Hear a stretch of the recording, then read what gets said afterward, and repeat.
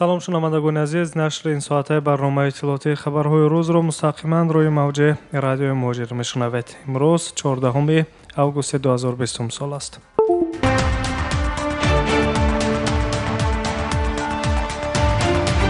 хабарҳои ин соатаро аз беларусия шурӯъ мекунем.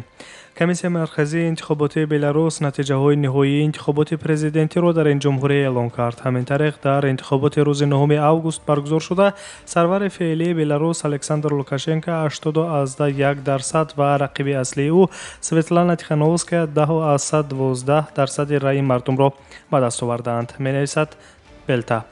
натиҷаҳои интихобот бо қарори комиссия тасдиқ карда шуданд. Александр Григорьевич Лукашенко президенти ҷумҳурии Беларус интихоб шуд, омадааст дар хабар.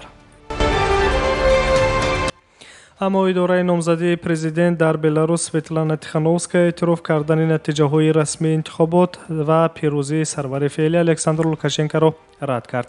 дар ҳамин ҳол Светлана Тихановская таъсиси шӯрои интиқоли қудрат дар Беларусро эълон кард. дар ин бора риа новости хабар медиҳад. Комиссияи марказии интихоботи Беларус бошад шикоятҳои ҳама номзадҳоро барои эътироф накардани интихоботи президентӣ дар ҷумҳурӣ рад кард. Инро рӯзи 14 август номзади президентӣ дар интихоботи Беларус Андрей Дмитриев дар канали телеграмми худ хабар дод. ба гуфтаи вай, комиссияи марказии интихобот пеш аз пешниҳоди ба таъхир андохтани қабули қарори ниҳоият ба натиҷаҳои интихоботро рад кард. мо ба судёлӣ меравем, гуфтааст Андрей Дмитриев. пас аз овоздиҳӣ дар интихоботи президентӣ ки 9 август баргузор шуда буд, эътирозҳои оммавӣ дар чанд шаҳри Беларус аз ҷумла дар Минск оғоз ёфтанд ки тадриҷан ба бархурд бо низомиён шурӯъ шуд. шаҳрвандон дар эътирозҳо садо баланд карданд ки онҳо ба натиҷаҳои овоздиҳӣ розӣ нестанд. дар натиҷаи боздоштҳои мақомоти қудратӣ дар Беларус беш аз 6000 нафар ҷароҳат бардоштаанд. аксари кишварҳои ғарбӣ низ натиҷаҳои интихоботи президентӣ дар Беларусро эътироф накарданд ва гуфтанд ки дар ин кишвар бояд интихоботи президентӣ аз нав баргузор шавад.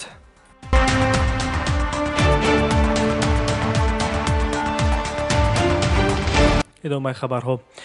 корҳои иттилоотӣ оид ба пешгирии паҳншавии коронавирус дар байни аҳолӣ тақвият дода шавад, гуфтааст Зайнура Азимӣ, муовини раиси вилояти Суғд дар ҷаласаи корӣ. қайд гардидааст ки мушкилтарин масъала ҳоло он гаштааст ки аксари мусофирони воситаҳои нақлиёти ҷамъиятӣ ниқобҳои тиббӣ истифода намекунанд. нозирони минтақавӣ гузориш медиҳанд ки ҳар рӯз одамони бениқоб дар ҷойҳои ҷамъиятиро ҷарима мекунанд. рейдҳо дар тарабхонаҳо ва қаҳвахонаҳо низ гузаронида мешаванд ва ин кор минбаъд низ идома хоҳад ёфт. аммо корро дар нақлиёти ҷамъиятӣ сурат бахшидан лозим аст. ронандагон бояд риояи талаботи санитарӣ ва эпидемиологиро таъмин кунанд, вагарна нисбати онҳо чораҳои маъмурӣ андешида мешавад, гуфтааст Зайнура Азимӣ. вай афзудааст ки яке аз роҳҳои асосии пешгирии чунин ҳолатҳои сироятёбӣ риояи гигиенаи шахсӣ, истифодаи ниқоби тиббӣ ва маълулҳои антисептикӣ ва доштани масофаи иҷтимоӣ мебошад ва мақомот бояд ин масъаларо ба шаҳрвандон пурра шаҳр диҳанд. мушоҳидаҳо нишон медиҳад ки имрӯзҳо дар ҷойҳои серодам шаҳрвандон аксари вақт бидуни ниқоб мераванд ва масофаи иҷтимоиро риоя намекунанд ва ин нишон медиҳад ки одамон ба саломатии худ ва дигарон мепарвоянд, гуфтааст Зайнура Азимӣ, муовини раиси вилояти Суғд.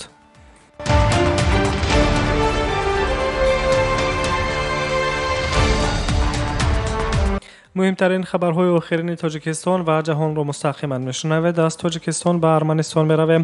котиби матбуоти вазири корҳои дохилии Арманистон Анна Оханян рӯзи ҷумъа гуфт ки полиси Арманистон вазири иқтисоди ин кишвар Тигран Хачатарянро барои ҳузури кӯтоҳмуддати бениқобаш дар нишасти матбуотӣ ҷарима карданд. имрӯз вазири иқтисод бениқоб ба утоқи конференсия дар назди дафтари кории худ ба назди рӯзноманигорон ҳозир шуд. баъд аз чанд сония ӯ дарк кард ки ниқоб надорад ва узр пурсида аз толор берун шуд ва баъди чанд лаҳзаи дигар боз бо ниқоби тиббӣ баргашт. пас аз нишасти матбуотӣ полис протокол дар бораи вайрон кардани қоидаҳои маъмуриро дар нисбати вазир тартиб дод ва ӯро ҷарима баст, навиштааст Анна Оханян дар саҳифаи фейсбуки худ. вазири иқтисоди Арманистон аз ҳолати ба амал омада дар натиҷаи хунукназарӣ бахшиш пурсида, илова намуд ки вайрон кардани қоидаҳо ҳатто якчанд сония шуморо аз ҷавобгарӣ озод намекунад. дар Арманистон то 11 сентябр барои мубориза бо панҷшавии коронавирус вазъияти фавқулода эълон карда шудааст. дар ин кишвар ба ҳолати имрӯз ҷумъа 14 август 41299 ҳолати сироятёбӣ ба коронавирус ошкор шудааст ки 34161 нафар бемор шифо ёфта, 814 нафар дигар вафот кардаанд.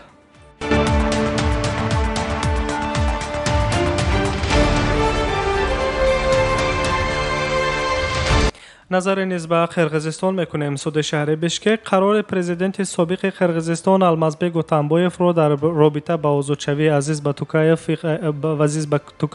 ғайриқонунӣ тасдиқ кард. хабар медиҳад оҷонсияи Фарғона. қарори суди зинаи аввал ки тибқи он Алмазбек Отамбоев бо 11 соли зиндон маҳкум шуда буд, аз ҷониби айбдоркунандаи давлатӣ шикоят карда шудааст, аммо на ба нафъи собиқ президент, балки бар зиёд кардани муҳлати ҳабси он. додситонӣ талаб дорад ки ҳабси Алмазбек Отамбоев ба 15 сол дароз карда шавад. соли 2006 Азиз Батукаев барои ташкили тазоҳуроти оммавӣ дар яке аз муассисаҳои ислоҳӣ дар атрофи шаҳри Бишкек буда ба 16 солу 8 моҳи зиндони низомаш сахт маҳкум шуд. дар ҷараёни тазоҳуроти соли 2006 як вакили парлумони Қирғизистон, сардори сарраёсати иҷрои ҷазои ҷиноятӣ ва ду аъзои парлумон кушта шуданд. соли 2013 Азиз Батукаев бо хулосаи комиссияи тиббӣ ки ба ӯ бемории саратони хунро ташхис кардаанд аз зиндон раҳо шуд. вай баъди озодшавӣ фавран Қирғизистонро тарк кард. дере нагузашта маълум шуд ки ҳуҷҷатҳои тиббӣ сохтаанд, аммо мақомоти Қирғизистон истирдоди Азиз Батукаевро ба даст оварда натавонистанд.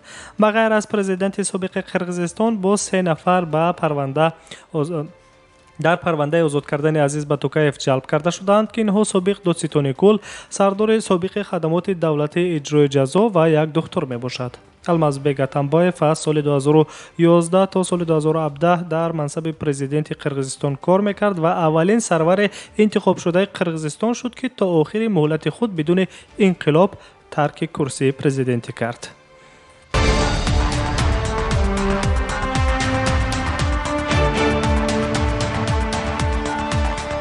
хабарҳои охирини рӯзро мустақиман мешунавед.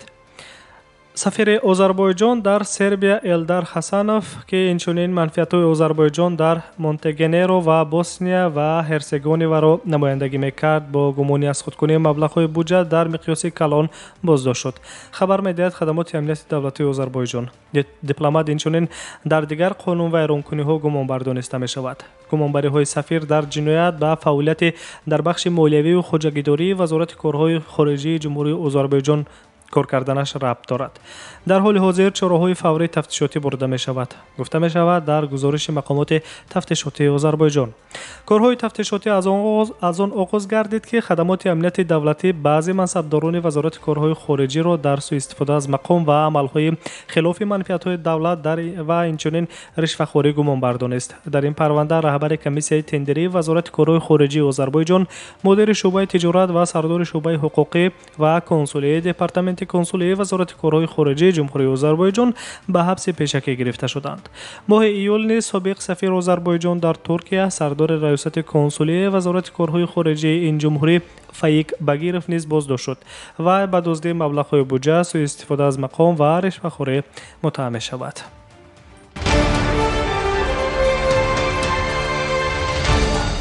шунавандагони азиз, шумо муҳимтарин тафсили хабарҳои ин соатаи Тоҷикистон ва ҷаҳонро мустақиман шунидед. саломат бошед. барномаҳои дигари радиои Моҷирро мустақиман дар рӯи мавҷи радио пайгирӣ кунед.